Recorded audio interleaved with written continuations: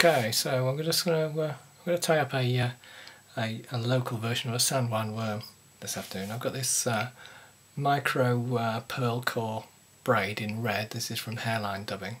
First thing to do is just to burn the end and try and create a very, very fine point to the braid itself. Then I've got a 3mm tungsten bead, and ideally I thread the braid through the tungsten bead like that. I'm going to want a worm here that's about 3 to 4 inches long, probably 4 inches this one, and then I'm just going to burn the other end. Okay, so there we have 3mm tungsten bead inside with the braid inside through the bead itself. Okay, so feeder size, this is a Maruto size 12 hook, just feed that through, knock that onto my vise.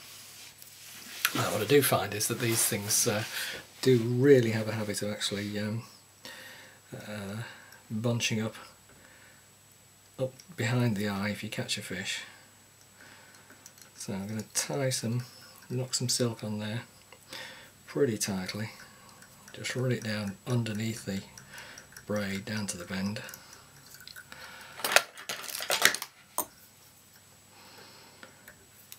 Okay, let's 3 turns on there, just do a